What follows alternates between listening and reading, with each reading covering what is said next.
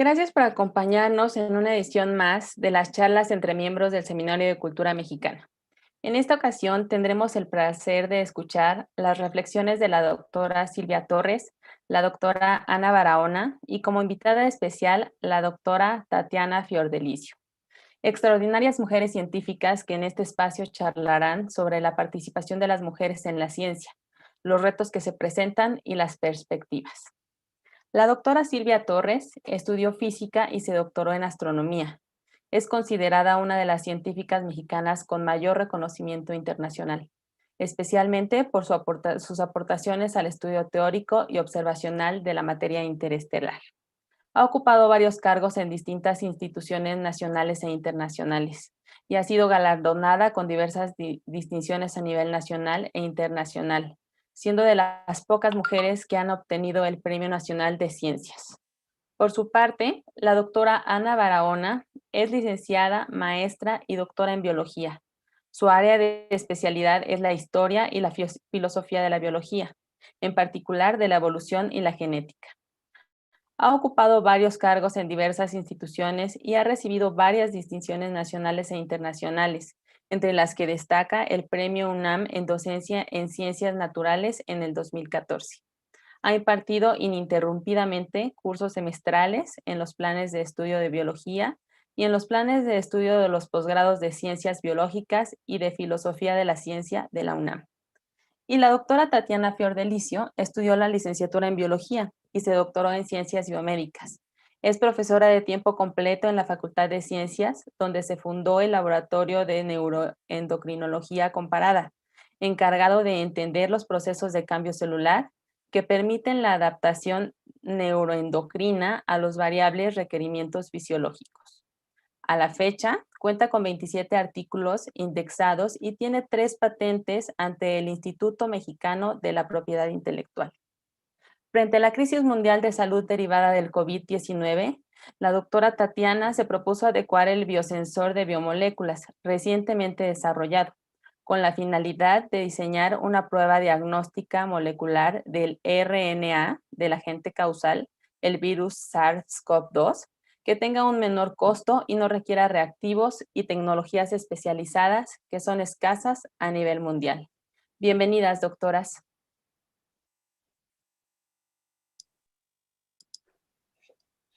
Buenos días, buenas tardes, bienvenidos a todo el público que estamos aquí, tres mujeres que nos dedicamos a la ciencia. Somos de distinta generación, pero podemos comentar algunos de los temas y preguntas que nos han hecho y que a todos nos ha llegado al corazón estas preguntas porque nos han afectado en nuestra carrera.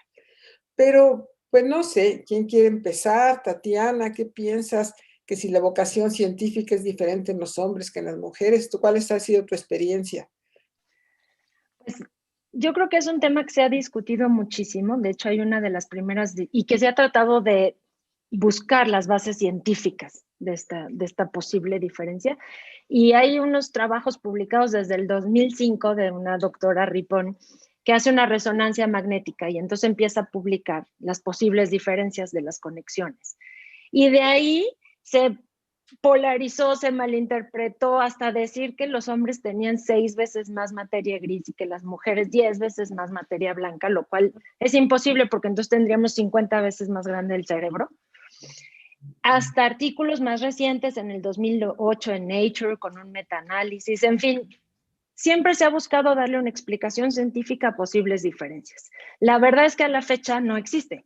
No hay ninguna publicación que diga si es cierto, somos diferentes. Hay algunas que dicen, pues hay más conexiones, menos conexiones, pero todo eso se compensa con el aprendizaje que finalmente se queda en nuestro cerebro.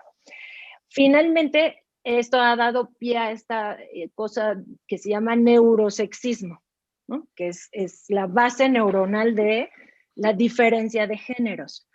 Y este neurosexismo lo que plantea es que las mujeres tenemos un cerebro más empático e intuitivo y los hombres un cerebro pues, más optimizado para la razón y la acción. No hay una base científica para ello. Y esta misma doctora Ripon, que empezó con estos estudios, acaba diciendo una frase que a mí me gusta mucho, que es: un mundo basado en género produce cerebros de género. Es que la traducción al español es como rara. Sí, sí. Entonces, yo pienso que no, o sea, creo que somos diferentes en muchas cosas, pero creo que la vocación científica o cualquier otra vocación se crea, se va aprendiendo, es un gusto, es algo que te llama, que quieres hacer, y puedes potenciarlo o aplastarlo. Y entonces ahí es donde empiezan las diferencias, pues impuestas por la sociedad o por el ambiente cultural o por donde nacimos o donde vivimos, ¿no? Creo que es más eso, ¿no? Sí, yo también apoyo lo que estás diciendo. Yo creo que encontrar estas diferencias biológicas que hasta un determinismo genético te pueden llevar, ¿no? Encontrar los genes que determinan ciertas habilidades o ciertas cuestiones conductuales, es una cosa que viene del siglo, bueno, no existía la genética en el siglo XVII y XVIII, pero digamos en la herencia, ¿no? Y obviamente la idea ahora, en la actualidad, es que estas pretendidas habilidades diferentes o diferenciadas, pues son construcciones sociales, ¿no? Desde que somos pequeños, a las niñas les damos muñecas y a los niños les damos carritos. Entonces, toda la sociedad como que va construyendo de tal forma que llega la edad de la adolescencia y entonces las ciencias duras son masculinas, mientras que las ciencias o las humanidades, las ciencias naturales o las humanidades son para féminas, en fin. Yo sí creo, y estoy completamente de acuerdo con Tatiana, que más bien son construcciones sociales, a pesar de que ha habido intentos a lo largo de la historia de llevar estas diferencias o estas habilidades diferenciadas a aspectos biológicos, genéticos. No sé, Silvia, tú, en tu experiencia.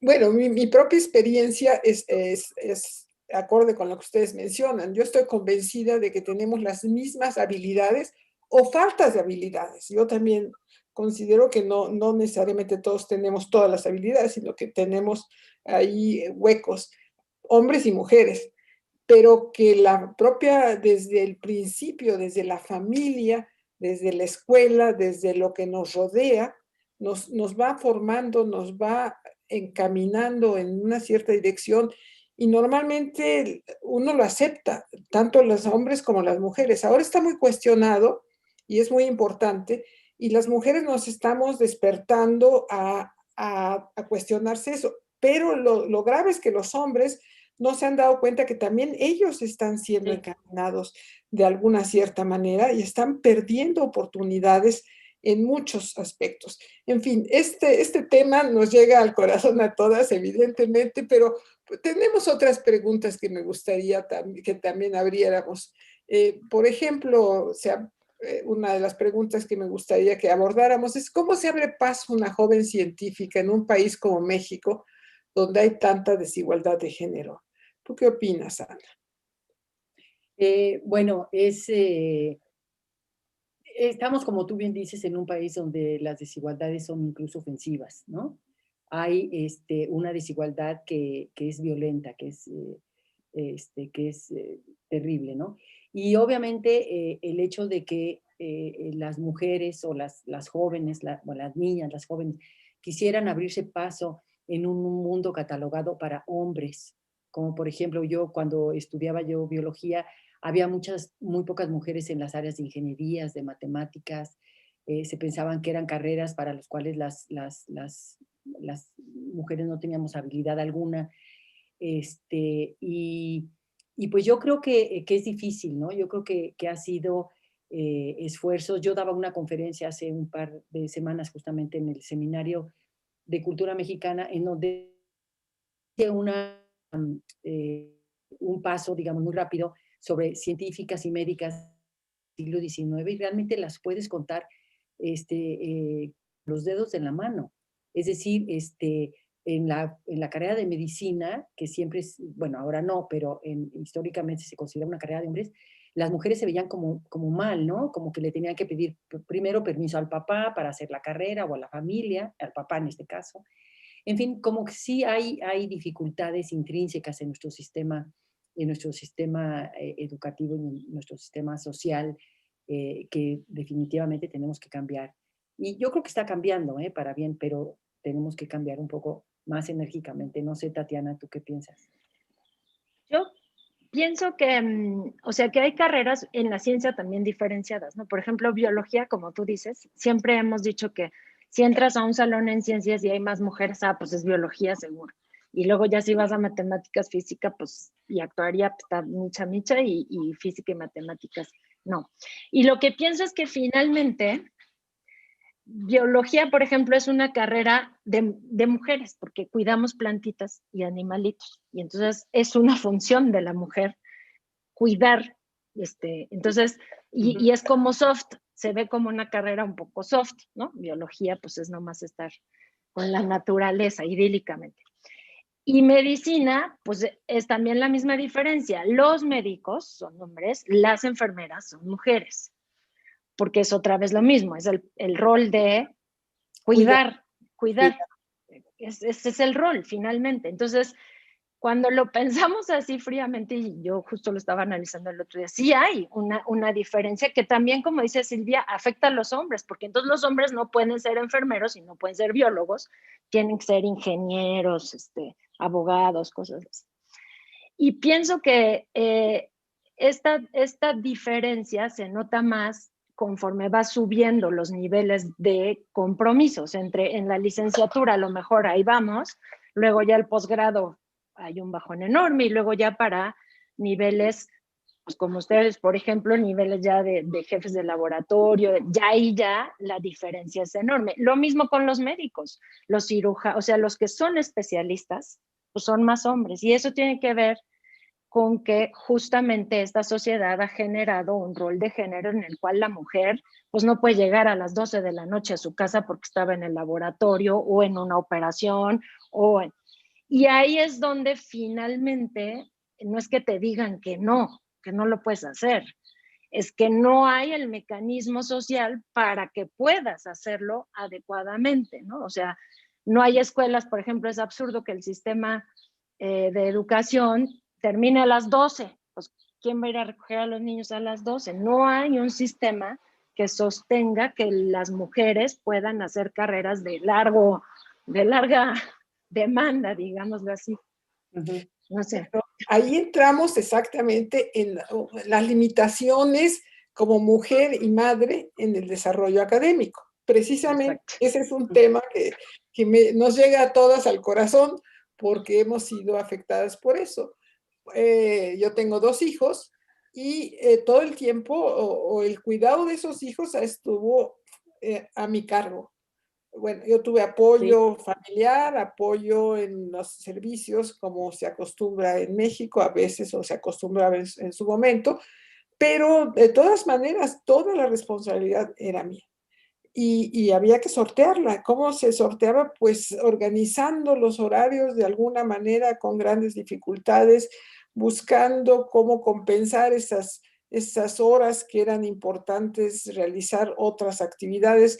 Por decir algo, no solamente la escuela, pero entra la clase de natación, la clase de música, el ir a recoger a la niña, al niño de la casa de los amiguitos. No, digo, todavía tengo ahí pesadillas al respecto. Yo quiero decir que disfruté mucho, disfruté mucho a mis hijos cuando estaban conmigo, ahora los disfruto a la distancia, es muy distinto, pero representó un esfuerzo bárbaro de mi parte, realmente fue una gran, una gran tarea que había que resolver y se resolvió, más las tareas domésticas que se tenían que resolver y que también se atendieron. Pero pues, como que a ti, Ana, ¿cómo te fue? ¿O qué? Sí, salvo lo que luego, como tú bien decías al inicio, que éramos 3 generaciones, no tan separadas entre nosotras, pero finalmente, pues sí, yo comparto una historia muy parecida a la de Silvia, en el cual yo no tenía una familia extendida que me hiciera el favor, digamos, de cuidar a los niños cuando eran chiquitos. Entonces, De igual forma, bueno, recaían en nuestra generación las labores del hogar, las labores de la limpieza, si contratabas a alguien, si no, en fin, todo eso recaía en nosotras.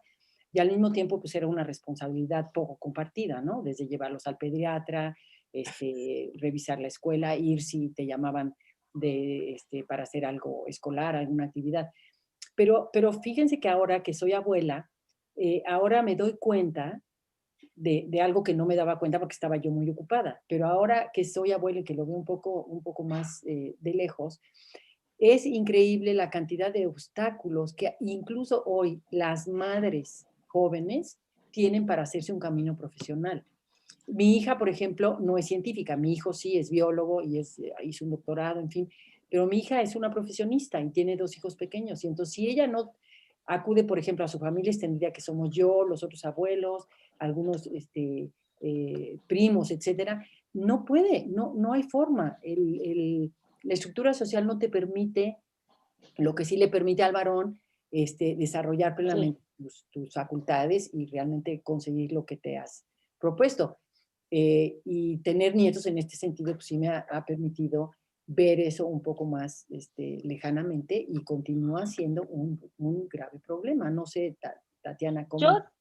Yo tengo 3, entonces ahí voy, de diferentes edades. Ajá. Y yo creo que ya en mi generación, y espero que las que vienen, porque lo he visto también un poco con mi hermana y demás, sí hemos intentado empezar a cambiar eso, tratando de tener relaciones con nuestros compañeros más de equidad. No ha sido fácil, pero porque de todos modos lo tenemos que hacer, pero sí ha sido de, no, lo siento, yo voy a llegar a las 11 porque mi experimento hasta esa hora dura y háganle como puedan. Uh-huh. Y sí representa un esfuerzo emocional y yo diría que una de las enormes complicaciones no solo son estas prácticas. Yo sí me siento, y me ha costado mucho trabajo, como tener como una lápida de culpabilidad, que hay, o sea, que es terrible, porque pareciera que no, pero uno, híjole, ya no vi a mis hijas esta semana mucho, las vi como 3, ay, ¿qué voy a hacer? Ya me sentí, y además eso también hace que les transmitamos esa culpabilidad que no nos ayuda, ni a ellas ni a nosotros. Bueno, yo tengo 2 niñas y a mi hijo tampoco.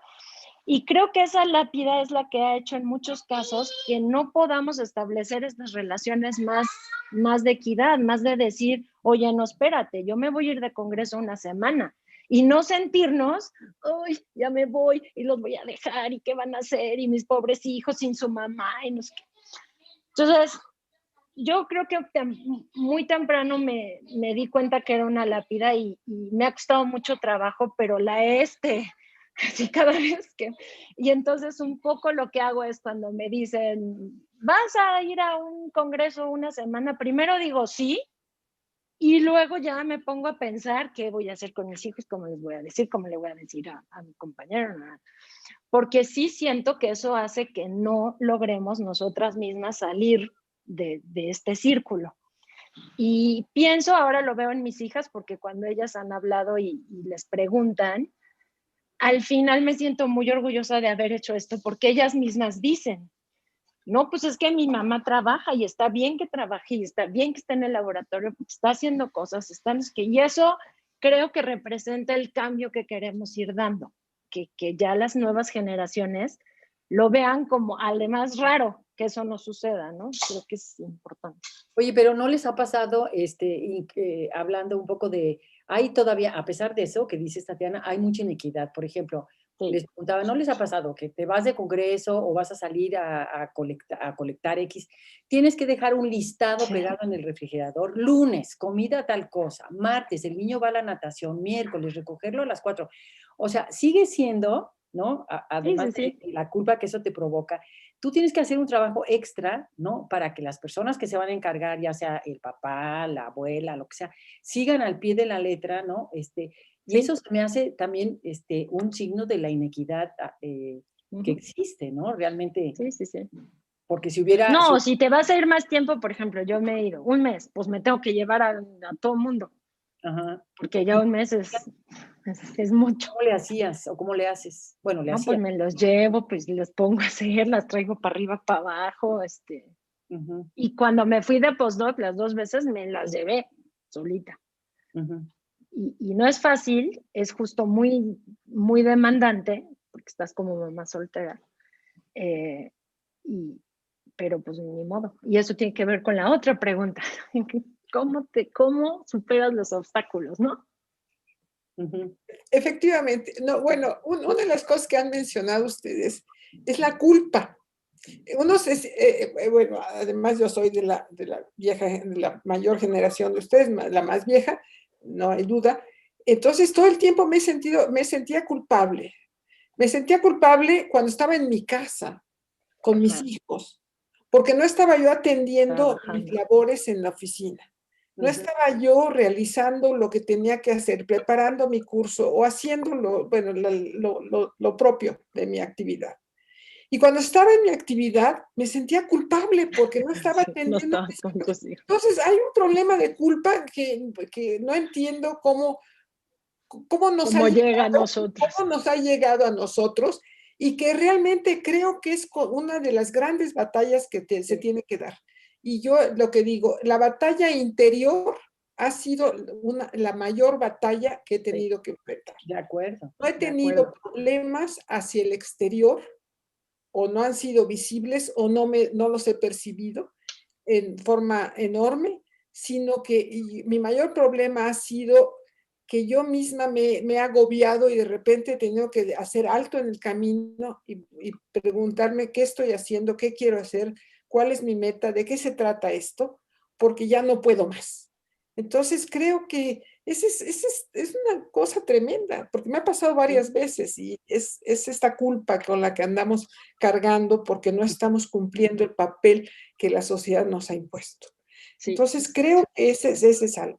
Y hablando ya hacia bueno, como parte de los retos es la pareja, porque la pareja no solamente tiene que apoyar, sino que tiene que entender lo que estamos haciendo. Tiene que ujú, entender, tiene que apoyar, si no apoya lavando los trastes, cuando menos entendiendo que tú estás en una actividad importante, que tú estás disfrutando esa actividad y que te tiene que dar ese espacio. ujú. Entonces, esto no siempre se consigue, no todas las muchachas, no todas las jóvenes buscan la pareja que entienda y que respete ujú, su trabajo y creo que eso es de lo más importante que yo siempre les recomiendo. Ujú. La mayor recomendación es busquen un compañero, una pareja que entiende que respete su trabajo, que respete su actividad. Si no la respeta, ya perdieron.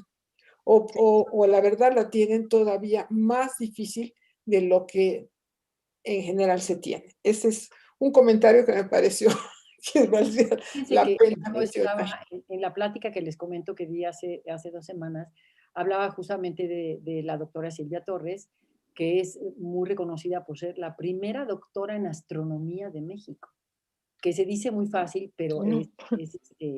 es una cosa muy complicada. Entonces yo te preguntaría, Silvia, ¿cómo el ambiente familiar afectó tu desarrollo académico de tal forma que llegaras a ser la primera doctora en astronomía de este país?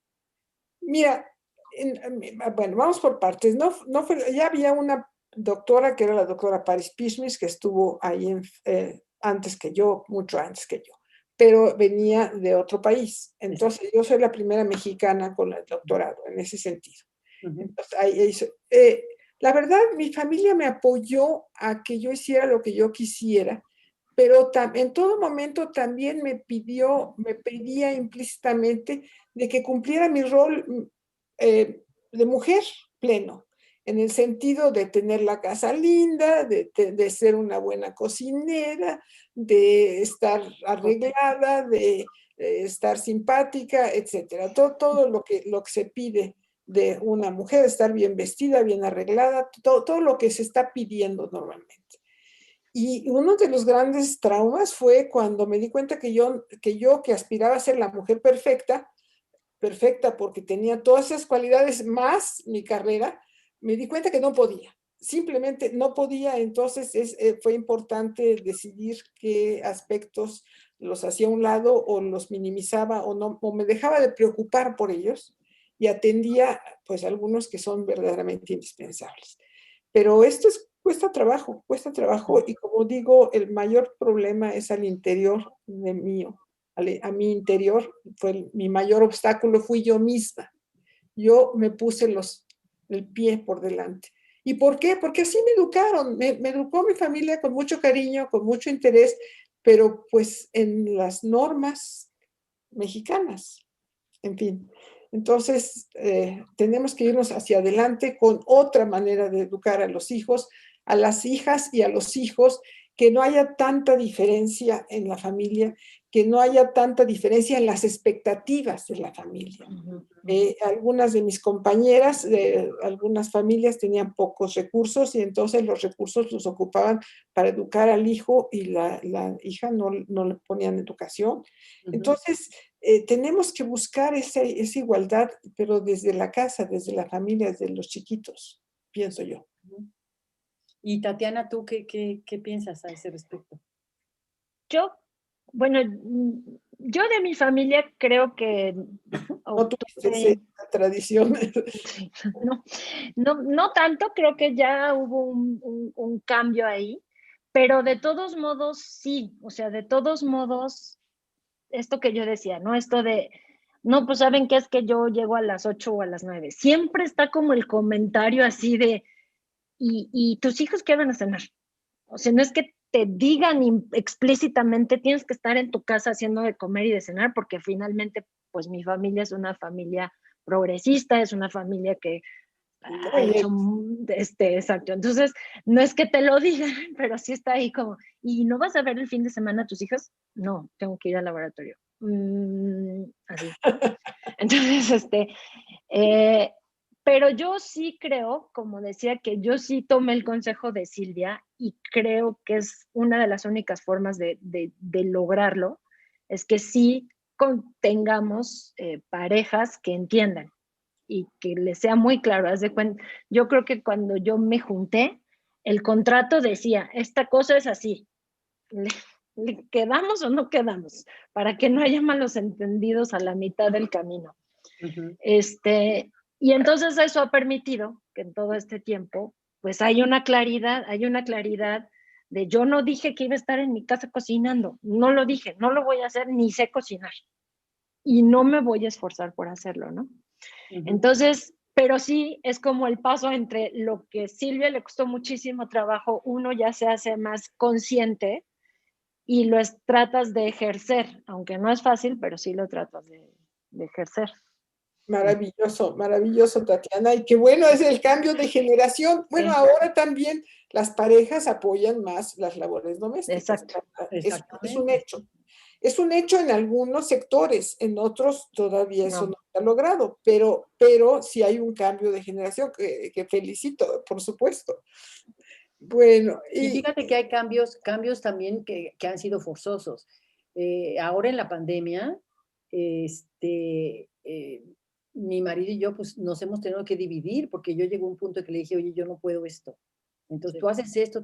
Digo, había ciertos acuerdos de antes, pero obviamente la mayoría recaen en nosotras, ¿no? Pero en esta pandemia la verdad es que ha sido muy apoyador y casi les puedo decir que forzoso, pero ha sido muy equitativo el asunto. Yo creo que si algo bueno ha tenido dentro de todo lo ya malo. Sí que se quede, Ana, ya. Es que hemos podido dejar de usar el coche, entre otras cosas, pero en el tema que nos toca, sí cerrar un poco esa brecha, ¿no?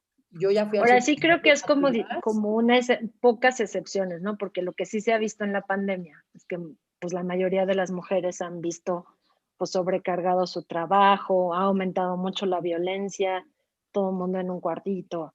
Sí, sí. Entonces, bueno, finalmente nosotros sí somos generaciones que ha tratado de cambiar su entorno familiar para bien, ¿no? Aunque nos cueste, pero no todo el mundo ha tenido esa posibilidad.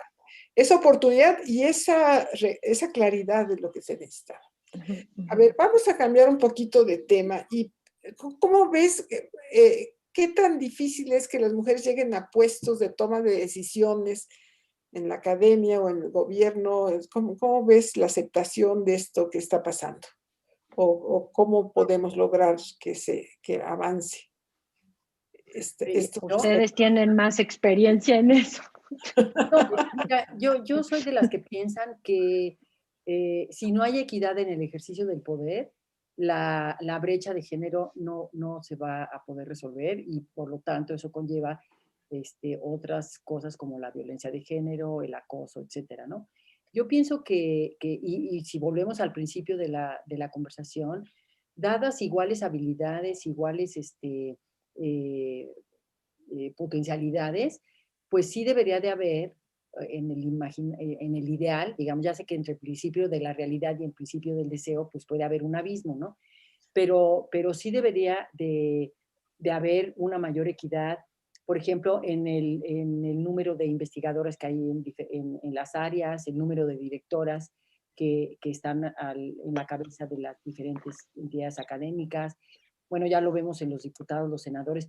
Yo sí creo que debe de haber cada vez más una equidad de género en el ejercicio del poder. Yo sí estoy convencida de que eso va a disminuir por mucho la violencia de género, el acoso y todas estas cuestiones que tienen que ver con la desigualdad. Bueno, yo también estoy convencida de eso, porque necesitamos que haya figuras femeninas que tengan el respeto de la comunidad, que sean importantes y por lo tanto borrar esta imagen de que la mujer es solamente para el servicio del hombre, etcétera. Entonces, sino que tenemos que cambiar esas imágenes y aunque ya se tiene la mitad de diputadas, la mitad de senadoras, se necesita más tiempo que se asiente eso en la población. Porque de alguna manera necesitamos lograr además que se elimine la violencia tan tremenda contra las mujeres, y creo que eso solamente precisamente con que haya mayor número de mujeres en esos puestos de gobernanza. De otra manera, aunque había algunas mujeres, siempre, bueno, no siempre, pero en su momento ha habido unas cuantas, no se veían su acción no se notaba, era muy poca su acción. Y entonces ahora es cuando se está visibilizando toda la cantidad de violencia que estaba ahí. No es nueva, no es que ahora haya más violencia que antes, siempre ha estado. Quizá en la pandemia se ha acentuado por razones de estar encerrados, en lugares pequeños, etcétera, continuamente. Pero digamos, en general la violencia familiar hacia las mujeres, de los niños, siempre ha estado y no se había visto o no se había notado y no se había declarado que no era permitido. En fin, y creo que la presencia de mujeres en estos cuerpos de mando ha sido importante en esos cambios. Y nos faltan más cambios, nos faltan muchísimos, pero ahí vamos. Sí ha habido mucho cambio de cuando yo crecí ahora. Yo sí noto, me doy cuenta de que ha habido cambios y que nos faltan muchísimos más. No se ha resuelto ni remotamente el problema. Pero en fin. Quisiera decir que, o sea, para hacer esto válido, también hay una serie de patrones que sí tenemos que hacer conscientes y cambiar. Por ejemplo, yo siento que y a mí me pasa en mi laboratorio o en discusiones, cuando una mujer quiere tomar una decisión e incluir la opinión de los demás y la pregunta, y a ver, entonces, ¿tú qué opinas? ¿Y tú qué dices? ¿Y tú qué no es qué? Y a partir de ahí genera una decisión que después puede tomar la decisión habiendo consultado. Muchas veces esto es visto como debilidad, o sea, como la debilidad de la mujer. Ay, mira, está tan insegura, no sabe qué va a hacer, que le pregunta a todo el mundo. Y esto es importante porque la mujer entonces tiene que asumir una posición cuando tiene puestos de decisión o puestos públicos en los cuales pues no pregunta, dice y cambia su rol como un rol que le llamamos más masculino para que no se vea débil, porque cuando un hombre pregunta para tomar una decisión, pues dices, pues qué abierto, nos quiere incluir a todos, no es que esté débil. Y creo que hay ciertos patrones que sí tenemos que cambiar para que el ejercicio de la equidad en los puestos, en los cargos de decisión, en los puestos importantes, permitan una real equidad y no nomás como que, estamos cumpliendo 50 y 50, pero pues si ella habla, híjole, a ver si le voy a creer porque nos preguntó a todos, entonces está dudando. Y ahí sí hay una serie de patrones que hay que cambiar para hacer realmente, no sé, válido o importante estas relaciones de equidad en esos puestos. Bueno, no sé. Sí, además se han hecho estereotipos, ¿no? Por ejemplo, se dice que una mujer que tiene carácter fuerte, no, qué barbaridad, ¿no? Es terrible. No, pero si es un hombre el que tiene ese carácter, es que es muy varonil y muy masculino. Entonces, sí hay estereotipos que se tienen que ir modificando y que esto, pues, ayudará a que cada vez haya menos esta equidad, supongo, espero, es deseable. No, pues y creo que estamos caminando sí se ha avanzado mucho, pero nos falta muchísimo. Y entonces, a ver, ¿qué consejos pueden darle a las jóvenes mujeres que busquen hacer investigación científica? Bueno, yo quiero empezar diciendo que tienen que estar, que es una carrera muy comprometida, que no es la única comprometida, hay muchas carreras muy comprometidas. Es una carrera donde se tiene que continuar, es una carrera donde se tiene que hacer año con año continuadamente, no se puede suspender varios años y luego la retomo. Yo la comparo con una bailarina tiene que hacer su carrera y no la puede suspender. Entonces no es único de la ciencia, pero sí es un requisito, es el compromiso prolongado. Entonces, pues tienen que darse cuenta que existe este compromiso prolongado y decidir si lo van a tomar o no, porque si no, pues pesa mucho. En fin, ese es uno de mis comentarios. No sé ustedes qué otros comentarios tengan. Tatiana.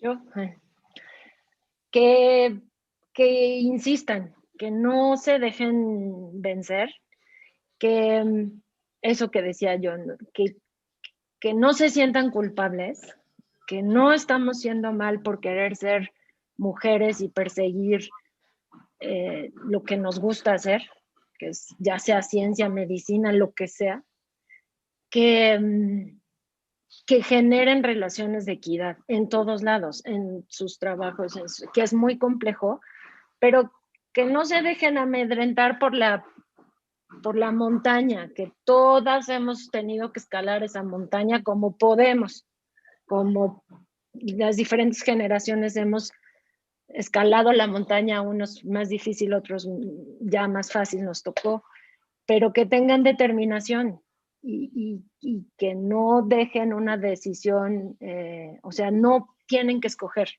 entre ser mamás o no ser mamás, entre ser mujeres, no ser mujeres, entre ser profesionistas o no. Eso diría. Muy bien, A mí me gustaría decir una cosa para tal vez ya para finalizar y dar paso a las preguntas, es que yo le diría a las niñas y a las jóvenes que biología no es destino. Es decir, genética no es destino. Haber nacido XX, que lo podríamos incluso pensar como un accidente en la fertilización, porque ustedes saben que hay la probabilidad de 50 y 50 de que el bebé sea mujer o hombre. Eso no es destino. Definitivamente genética no es destino y biología tampoco. Entonces, asumir que si uno realmente, siendo mujer o siendo hombre, la verdad, si un hombre quiere ser bailarín o cantante de ópera y una mujer quiere ser ingeniera hidráulica, pues no debería de haber en principio ningún obstáculo y sobre todo ningún determinismo de los que hablábamos muy al principio, de tratar de encontrar la genética básica y fundamental de tus habilidades futuras, ¿no? Eso estamos bastante lejos de contar con las herramientas biotecnológicas para saberlo. Entonces, que entiendan las niñas y las jóvenes que biología no es destino. Definitivamente ese sería mi mensaje. Hay que sobreponerse a esta idea de que naciste mujer XX y entonces ya, para bien o para mal, estás encauzada en una cierta dirección y a cumplir ciertos ideales.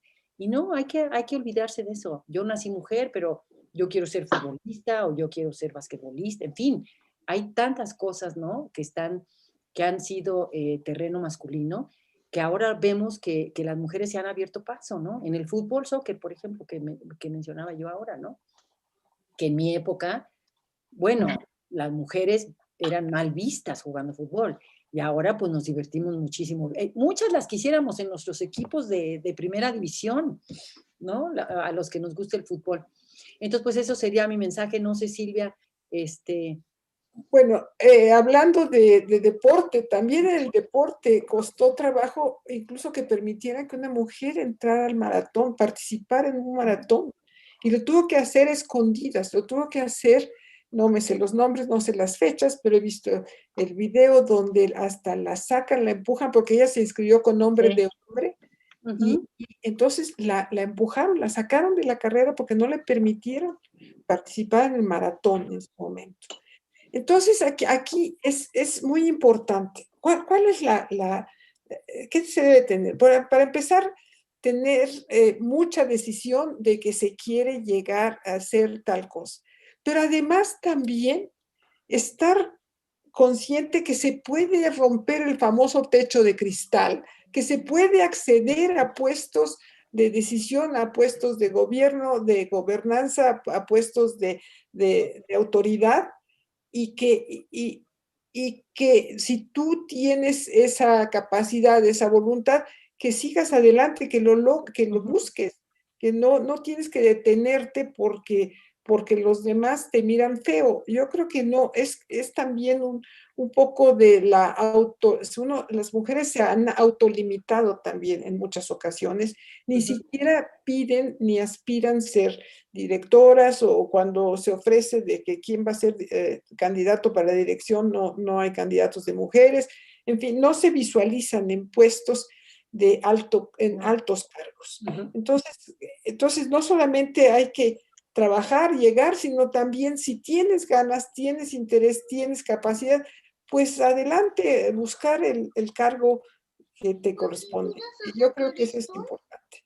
Y no dejarse avasallar por lo que te rodea, porque si no, o sea, si estás demasiado sensible a lo que te rodea, ya perdiste también.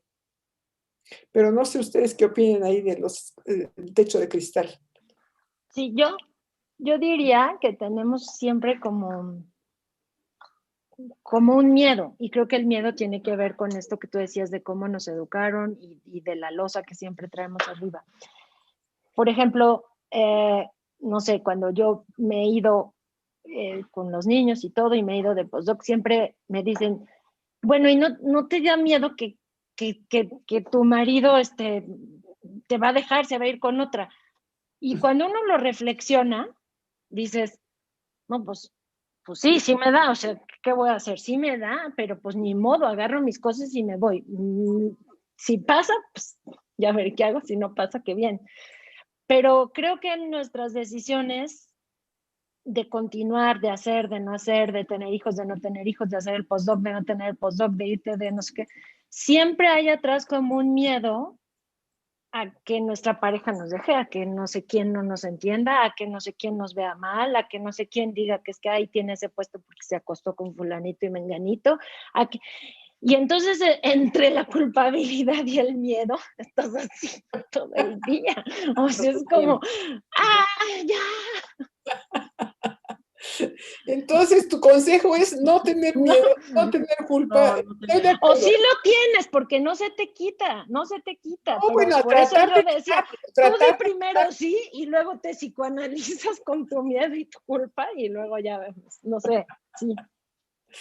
Tú, Ana. Estoy viendo aquí un par de preguntas. Mira, por ejemplo, Tatiana, ¿consideras que el tener hijos puede ser un factor que los investigadores hombres tomen en cuenta a la hora de convocar mujeres a sus equipos, ya que las consideran por este factor poco disponibles? Sí, totalmente. Yo he oído comentarios terribles en institutos y así, no solo de hombres, de mujeres, porque también hay una generación de mujeres que no tuvieron hijos, que decidieron no tener hijos porque antepusieron su carrera, o sea, porque les era más complejo, y entonces la carrera y eso genera también un sentimiento de encuentro, y yo los he oído decir a estudiantes y a técnicas, no, si estás embarazada así como que ya no me sirve, porque ya no vas a estar todas las horas, porque vas a tener que ir al doctor, sí, desde luego que sí, y no lo hemos logrado Lo hemos logrado como maquillar un poquito, porque se sienten un poquito mal de decírtelo,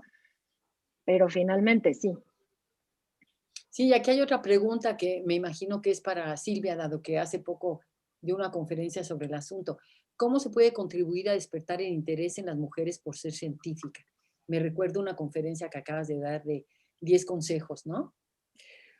Pues yo creo que hay que despertarla desde la infancia, o sea, desde la infancia hay que dar todas las oportunidades para que los niños se desarrollen en donde deseen, en donde quieran, pero es importante no cerrar puertas, sino hay que abrirlas en todo, en la música, en el arte, en el conocimiento, no sé, en la ciencia, en todo. Hay que abrir puertas y ya el chico, el niño, la niña decidirá o irá tomando un camino, pienso yo. Sí, aquí hay otra pregunta. ¿Qué estrategias propondrían a nivel escolar para involucrar a las niñas en las ciencias duras? Bueno, ahí yo me atrevería a decir, si me lo permiten, que obviamente el sistema escolar tiene mucho que ver y tiene mucho que decir en cómo están siendo educados las niñas y los niños, porque no solamente es el ámbito propiamente familiar, sino es el ámbito escolar. En el ámbito escolar se ha publicado muchísimos artículos y libros al respecto, se producen y se reproducen ciertos estereotipos de raza, de género, de que si la familia tiene que ser biparental, en fin, perdón, y la sociedad ha cambiado mucho, ¿no? En esto. Ya no hay familias biparentales, ahora hay diferentes tipos de familias, y esto también ha cambiado en las ciencias, ¿no? Yo creo que el Estado, en este caso el Estado mexicano, tiene que modificar la forma en la que se enseñan las ciencias, ya sea las ciencias sociales o las ciencias duras, como les queramos dividir, y abrir abanicos, ¿no? Para que los niños realmente, en virtud de sus capacidades y sus anhelos personales, pues escojan aquella disciplina que más. Yo no estoy en desacuerdo en que a lo mejor una niña quiere ser una ama de casa. Bueno, lo puede hacer y lo puede hacer bien y puede ser una ama de casa ilustrada, pero no ponerle el pie a la que quiere ser matemática o a la que quiere ser física, o el ejemplo que yo ponía de ingeniería hidráulica o arquitecta, que va a estar en el techo de los edificios supervisando una obra. Entonces yo creo que en los libros de texto sí debe de venir muy claramente que estos estereotipos son dañinos. Y son dañinos no solo para el que los recibe, sino para la sociedad en su conjunto. Entonces, Fíjate que sí, por favor. una de las preocupaciones que yo tengo es que necesitamos acercarnos a los maestros de primaria, maestros y maestras. También. Porque la familia ha insistido mucho, pero lo que sigue, por supuesto, es la primaria, la secundaria, pero necesitamos que los maestros y las maestras proyecten esta posibilidad de desarrollo del hombre y de la mujer que no sea tan diferenciado. Y ahí no nos hemos acercado suficiente a los maestros y a las maestras, y eso es un tema que tenemos que atender de alguna manera.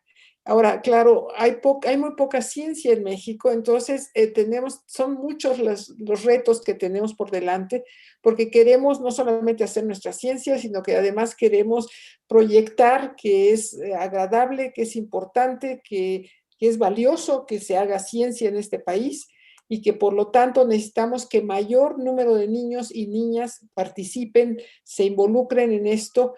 Y bueno, queremos hacer todo de golpe, está difícil, pero ahí seguimos intentándolo. Ahora, casi todos nuestros mensajes han sido dirigidos a las niñas y a las jóvenes mujeres, pero aquí hay una pregunta muy interesante, y a lo mejor con esa podríamos cerrar este conversatorio. ¿Qué mensaje se puede enviar a todos los varones que aún consideran que la ciencia se adapta mejor o es exclusiva para los hombres? Hay que platicar con ellos, por supuesto. Es muy importante platicar con los varones de que las mujeres tienen las mismas habilidades o falta de habilidades que los hombres para la ciencia y para casi cualquier otra actividad. Que tenemos que explicar que es una construcción social que se les ha enseñado, pero no es cierto. y que no es cierto, y que incluso en las empresas que han incorporado, y ahora, por ejemplo, en Europa están incorporando diversidad, más mujeres, a las empresas lo hacen porque les va mejor económicamente, porque ya tienen un punto de vista diferente y entonces lo incorporan. Y esto también en la ciencia es importante, que necesitamos incorporar a las mujeres, porque de otra manera la ciencia está perdiendo a la mitad de sus candidatos para hacer contribuciones. Entonces, necesitamos la mitad del cielo también, la otra mitad del cielo. Tatiana, tus reflexiones finales. Yo creo que les diría que perdemos todos.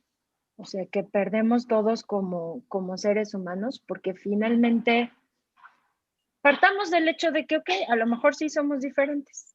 O sea, partamos del hecho de que a lo mejor ellos ven una cosa y nosotras otra, lo cual no nos imposibilita para tener capacidades. Y si partimos del hecho que la ciencia es una construcción colectiva que requiere necesariamente la combinación de diferentes capacidades, y no solo la ciencia, casi todo, pues estamos perdiendo todos, porque estamos dejando la mitad de las capacidades de un lado y solo estamos utilizando una parte de las capacidades.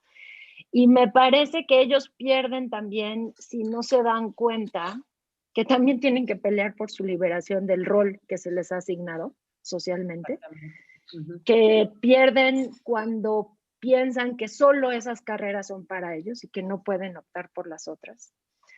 Y que perdemos todos si no construimos a partir de nuestras diferencias, sí, porque las hay diferencias físicas, de fuerza, de cosas así, y que si no lo empezamos a tomar en cuenta, pues siempre vamos a andar cojeando en todo lo que construyamos, en las relaciones sociales y en la ciencia y en la música y en la pintura, porque siempre nos va a hacer falta la otra mitad, como diríamos, la otra naranja, para lograr algo más completo, con una visión más integral de hombres y mujeres. Entonces, pienso que perdemos todos y ellos también están perdiendo si no empezamos a ver esta diferencia.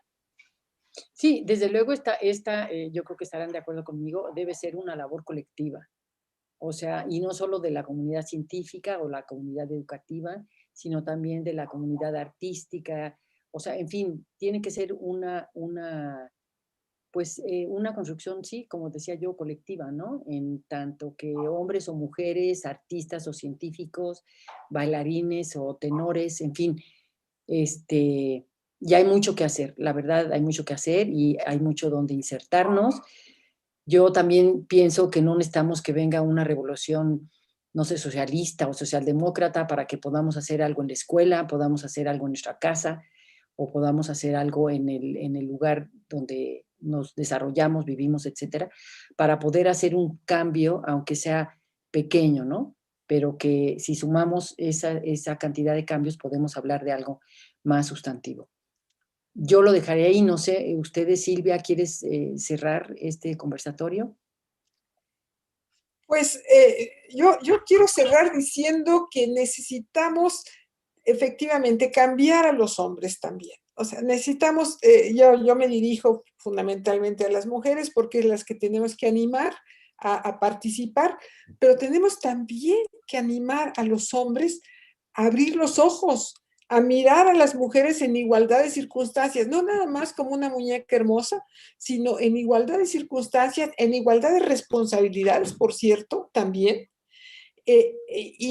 y buscar que ellos mismos se liberen de este patrón machista que estamos diciendo, el famoso pacto machista, que se liberen de eso, que también puedan tener emociones, que puedan tener, en fin, todo lo que se les ha robado con esta construcción social. Las mujeres pueden tener emociones, los hombres nada más tienen que tener fuerza y agresiones.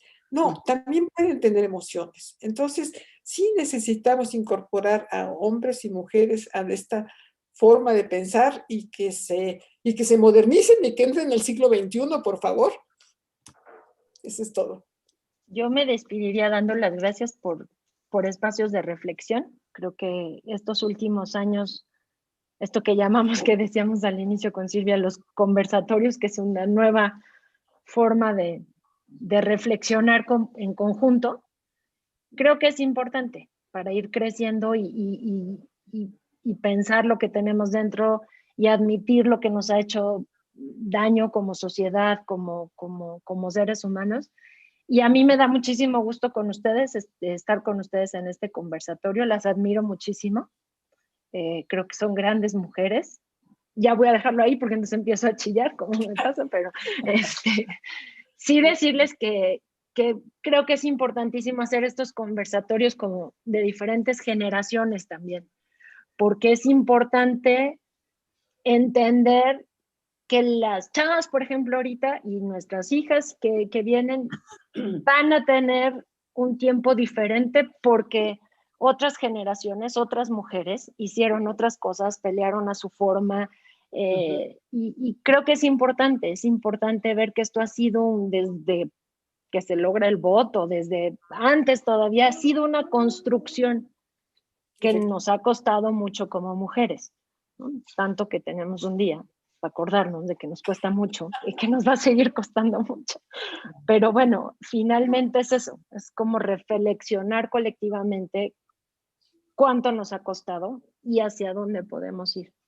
Así que gracias.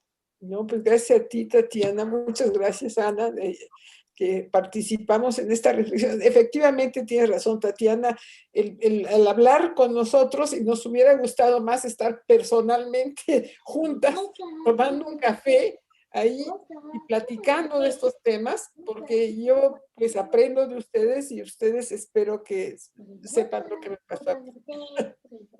Y le damos las gracias al Seminario de Cultura Mexicana por habernos dado la oportunidad de organizar este conversatorio. Y aquí nos despedimos. Buenas tardes a todos y todas. Gracias. Gracias.